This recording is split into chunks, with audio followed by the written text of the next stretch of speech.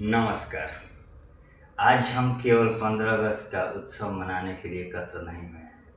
आज हम उस इतिहास को याद करने के लिए एकत्र हुए हैं जिसकी कीमत हमारे स्वतंत्रता सेनानियों ने अपने खून, त्याग, संघर्ष और बलिदान से चुकाई थी। आज का दिन हमें याद दिलाता है कि आज़ादी हमें उपहार में नहीं मिली थी। इसके पीछे हजारों ज्ञात अज्ञात लोगों की कुर्बानियाँ थी। किसी ने अपना घर छोड़ा, किसी ने अपना परिवार छोड़ा, किसी ने जेल की यातनाएं सही और किसी ने हंसते हंसते अपने प्राणों की आहुति दे दी। तो आइए आज 15 अगस्त 2026 के इस पावन अवसर पर हम शुरू करते हैं भारत की आज़ादी की संपूर्ण गाथा। भारत की समृद्ध धरती और अंग्रेजों का आगमन। कभी भारत को दुनिया के सबसे समृद्ध देशों में गिना जाता था। यहाँ ज्ञान था, विज्ञान था, चिकित्सा थी, व्यापार था, कला थी और संस्कृति थी। भारत के मसालों, कपड़ों, हस्तशिल्प और व्यापार की चर्चा दुनिया भर में होती थी। इसी समृद्धि ने यूरोपीय व्यापारियों को भारत की ओर आकर्षित किया। 1600 में अंग्रेजी ईस्ट इंडिया कंपनी की स्थापना हुई। शुरुआत व्यापार से हुई, लेकिन धीरे धीरे व्यापार के पीछे सत्ता की भूख छिपी हुई थी। अंग्रेज भारत में व्यापारी बनकर आए थे, लेकिन समय के साथ वे शासक बन गए। सत्ता पर कब्जे की शुरुआत 1757 का प्लासी का युद्ध भारतीय इतिहास का एक महत्वपूर्ण मोड़ था। इसके बाद अंग्रेजी ईस्ट इंडिया कंपनी का राजनीतिक प्रभाव तेजी से बढ़ने लगा। फिर आया 1764 का बक्सर का युद्ध। अंग्रेजों की शक्ति बढ़ती गई और भारतीय रियासतें कमजोर होती गई। अंग्रेजों ने केवल युद्ध से ही भारत पर कब्जा नहीं किया, उन्होंने राजनीति का भी इस्तेमाल किया। कहीं संधि की, कहीं फूट डाली, कहीं सत्ता का लालच किया और कहीं युद्ध किया। बाद में लॉर्ड डलहौजी की डॉक्ट्रिन ऑफ लैप्स यानी हड़प नीति ने कई भारतीय राज्यों को अंग्रेजी शासन में मिला दिया। लेकिन भारत की जनता हमेशा चुप नहीं रही। पहली बड़ी क्रांति 1897 में हुई। फिर आया वर्ष 1897। यह वह वर्ष था जब भारत के विभिन्न हिस्सों में अंग्रेजी शासन के विरुद्ध एक बड़ा विद्रोह भड़क उठा। मंगल पांडे का नाम इस संघर्ष की शुरुआती चिंगारियों में याद किया जाता है। 10 मई 1857 को मेरठ से विद्रोह की बड़ी शुरुआत हुई। विद्रोही दिल्ली पहुंचे और बहादुर शाह जफर को प्रतीकात्मक रूप से अपना सम्राट माना। इस संघर्ष में कई महान योद्धाओं ने अपना योगदान दिया। रानी लक्ष्मीबाई एक ऐसी वीरांगना जिन्होंने अंग्रेजों के सामने झुकने से इनकार कर दिया। उनकी तलवार केवल युद्ध का हथियार नहीं थी, वह भारतीय स्वाभिमान की आवाज थी।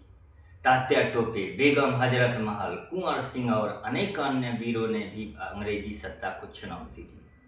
1857 का विद्रोह अंततः दबा दिया गया, लेकिन अंग्रेजों ने एक बात समझ ली, भारत की जनता के दिल में आज़ादी की आग जल चुकी है। बारी आती है राष्ट्र चेतना के जन्म की। तो 1857 के बाद अंग्रेजों ने शासन को और मजबूत किया, लेकिन इसी दौर में भारतीय समाज में एक नई राजनीतिक चेतना भी विकसित होने लगी। 1885 में भारतीय राष्ट्रीय कांग्रेस की स्थापना हुई। दादा भाई नौरोजी, सुरेंद्र नाथ बनर्जी, गोपाल कृष्ण गोखले जैसे नेताओं ने भारतीयों के अधिकारों और राजनीतिक भागीदारी की आवाज उठाई। धीरे धीरे आंदोलन का स्वर बदलने लगा और मांग केवल सुधार की नहीं थी, मांग थी स्वराज की। बंगाल विभाजन और स्वदेशी आंदोलन। 1905 में अंग्रेजी सरकार ने बंगाल का विभाजन कर दिया, बंगाल को टुकड़ों में बांट दिया। भारतीयों ने इसका जोरदार विरोध किया। देश में स्वदेशी आंदोलन शुरू हुआ, लोगों ने विदेशी वस्तुओं का बहिष्कार करना शुरू हुआ। यह आंदोलन हमें एक महत्वपूर्ण संदेश देता है कि आज़ादी केवल तलवार से नहीं मिलती, आर्थिक आत्मनिर्भरता भी स्वतंत्रता का आधार है। लोकमान्य बाल गंगाधर तिलक ने कहा, स्वराज मेरा जन्मसिद्ध अधिकार है और मैं इसे लेकर रहूंगा। यह केवल एक वाक्य नहीं था, यह पूरे देश की भावना बन गया। गांधी जी का आगमन होता है। फिर भारतीय स्वतंत्रता आंदोलन में एक ऐसा व्यक्तित्व सामने आया जिसने संघर्ष का तरीका ही बदल दिया। नाम था मोहनदास करमचंद गांधी। महात्मा गांधी 1915 में दक्षिण अफ्रीका से भारत लौटे।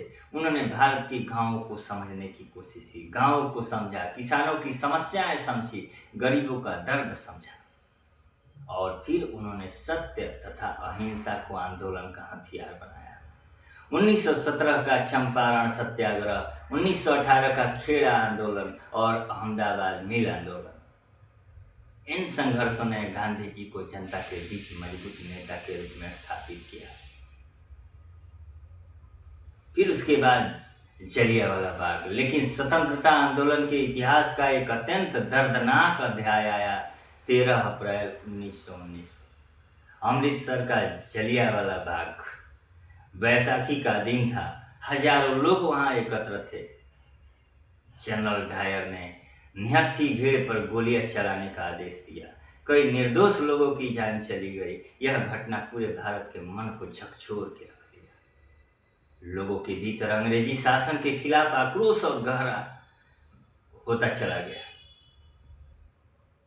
फिर असहयोग आंदोलन की बारी आई। 1920 में गांधी जी ने असहयोग आंदोलन शुरू किया। आह्वान था, सरकारी संस्थाओं का बहिष्कार करो, विदेशी कपड़ों का बहिष्कार करो और अपने देश की वस्तुओं को अपनाओ। लाखों भारतीय इस आंदोलन से जुड़ गए। लेकिन 1922 में चौरी चौरा की हिंसक घटना के बाद गांधी जी ने आंदोलन वापस ले लिया। क्यों?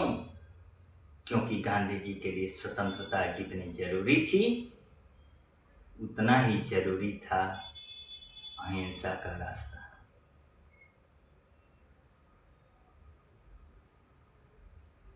फिर भगत सिंह और क्रांतिकारी आंदोलन हुआ। दूसरी ओर देश के युवाओं में क्रांतिकारी विचार तेजी से बढ़ रहे थे। इन युवाओं में सबसे चमकता नाम था शहीद भगत सिंह का। उनके साथ राजगुरु और सुखदेव जैसे क्रांतिकारियों ने भी अंग्रेजी शासन को चुनौती दी। भगत सिंह केवल साहसी क्रांतिकारी ही नहीं थे, वह एक गंभीर विचारक और पाठक भी थे। उनका जीवन युवाओं को यह संदेश देता है कि देश के लिए संघर्ष केवल हथियार से नहीं, विचारों से भी किया जाता है। 23 मार्च 1931 को भगत सिंह, राजगुरु और सुखदेव को फांसी दे दी गई, लेकिन उनके विचारों को फांसी नहीं दी जा सकी। आज भी उनका नाम लेते ही करोड़ों भारतीयों का सिर गर्व से ऊंचा हो जाता है। फिर बारी आई दांडी मार्च और नमक सत्याग्रह की। 1930 में गांधी जी ने अंग्रेजी सरकार के नमक कानून को चुनौती देने का निर्णय लिया। साबरमती आश्रम से दांडी तक लगभग 390 किलोमीटर की ऐतिहासिक यात्रा शुरू हुई।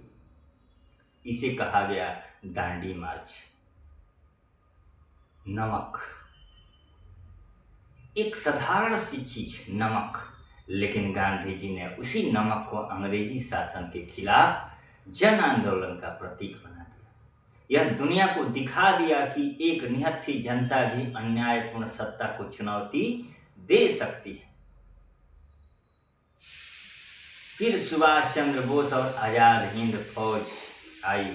इसी स्वतंत्रता संघर्ष में एक और महान व्यक्तित्व उभरा, नेताजी सुभाष चंद्र बोस।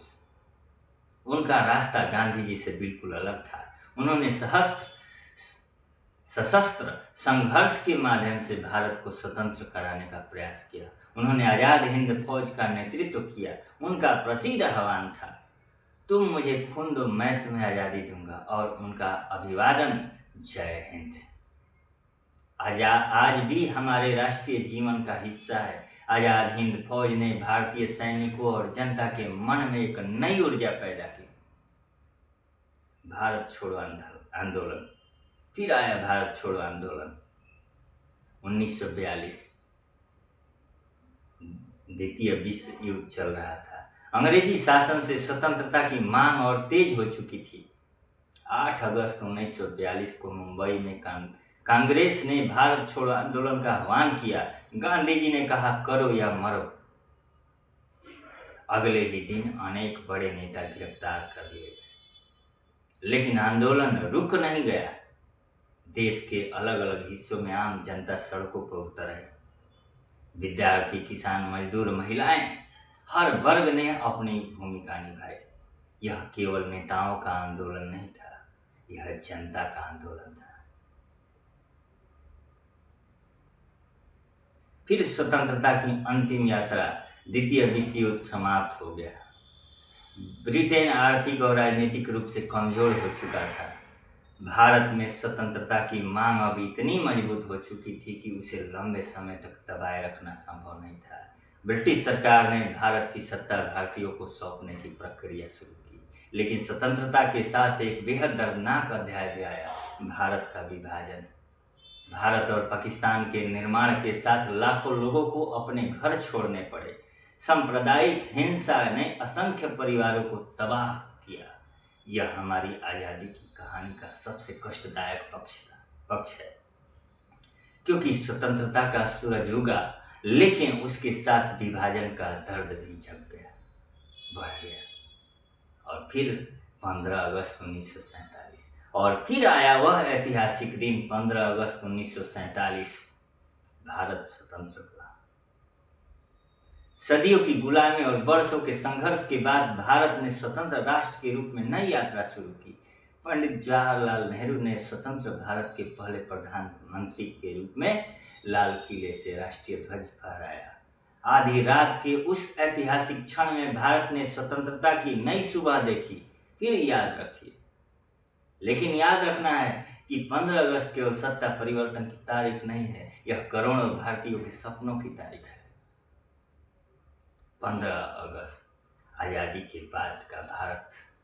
आज़ादी के बाद हमारे सामने बहुत बड़ी चुनौतियां थी। देश विभाजन से जूझ रहा था, गरीबी थी, भूखमरी थी, अशिक्षा थी, अज्ञानता थी, औद्योगिक विकास सीमित था। लेकिन भारत ने फिर भी हार नहीं मानी। 26 जनवरी 1950 को भारत ने अपना संविधान लागू किया और भारत एक गणराज्य बना। हमने लोकतंत्र को अपनाया, हमने चुनाव की व्यवस्था बनाई, हमने न्याय, स्वतंत्रता, समानता और बंधुत्व के आदेशों को स्वीकार किया। और आज भारत दुनिया के सबसे बड़े लोकतंत्रों में से एक है। आज़ादी का असली अर्थ। लेकिन अब एक सवाल, क्या केवल अंग्रेजों से आज़ादी ही स्वतंत्रता है? नहीं, आज़ादी का अर्थ है गरीबी से आज़ादी, अशिक्षा से आज़ादी, भेदभाव से आज़ादी, अंधविश्वास से आज़ादी, नशे से आज़ादी, भ्रष्टाचार से आज़ादी, नफरत से आज़ादी, और सबसे जरूरी अपने डर से आज़ादी। अगर हम अपने ही देश में किसी दूसरे भारतीय को जाति, भाषा, धर्म, क्षेत्र या आर्थिक स्थिति के आधार पर छोटा समझते हैं, तो हमें आज़ादी का अर्थ फिर से समझने की जरूरत है। आज के युवाओं की जिम्मेदारी क्या है? आज हमारे हाथ में तलवार नहीं है, हमारे हाथ में किताब है, मोबाइल है, तकनीक है, टेक्नोलॉजी है, ज्ञान है, और सबसे बड़ी ताकत है, हमारे पास चुनाव करने की स्वतंत्रता है। आज का युवा चाहे तो अपना समय बेकार की बहस में लगा सकता है, या अपने ज्ञान से देश को मजबूत बना सकता है। वह केवल शिकायत कर सकता है या समाधान का हिस्सा बन सकता है। वह केवल सोशल मीडिया पर देशभक्ति की पोस्ट लगा सकता है, या वास्तविक जीवन में ईमानदारी से अपना काम कर सकता है। याद रखिए, देशभक्ति केवल तिरंगा लगाने से नहीं होती। देशभक्ति तब दिखाई देती है जब हम अपना काम ईमानदारी से करते हैं, जब हम सार्वजनिक संपत्ति को नुकसान नहीं पहुंचाते हैं, जब हम किसी जरूरतमंद की मदद करते हैं, जब हम कानून का सम्मान करते हैं, जब हम बेटियों का सम्मान करते हैं, जब हम पर्यावरण की रक्षा करते हैं, और जब हम अपने देश को बेहतर बनाने में अपना योगदान देते हैं। भावुक और प्रभावशाली है। आज जब हमारा तिरंगा आसमान में लहरा रहा है, तो एक बार उन अनगिनत लोगों को याद कीजिए जिन्होंने शायद कभी सोचा भी नहीं था कि वे स्वतंत्र भारत देख पाएंगे।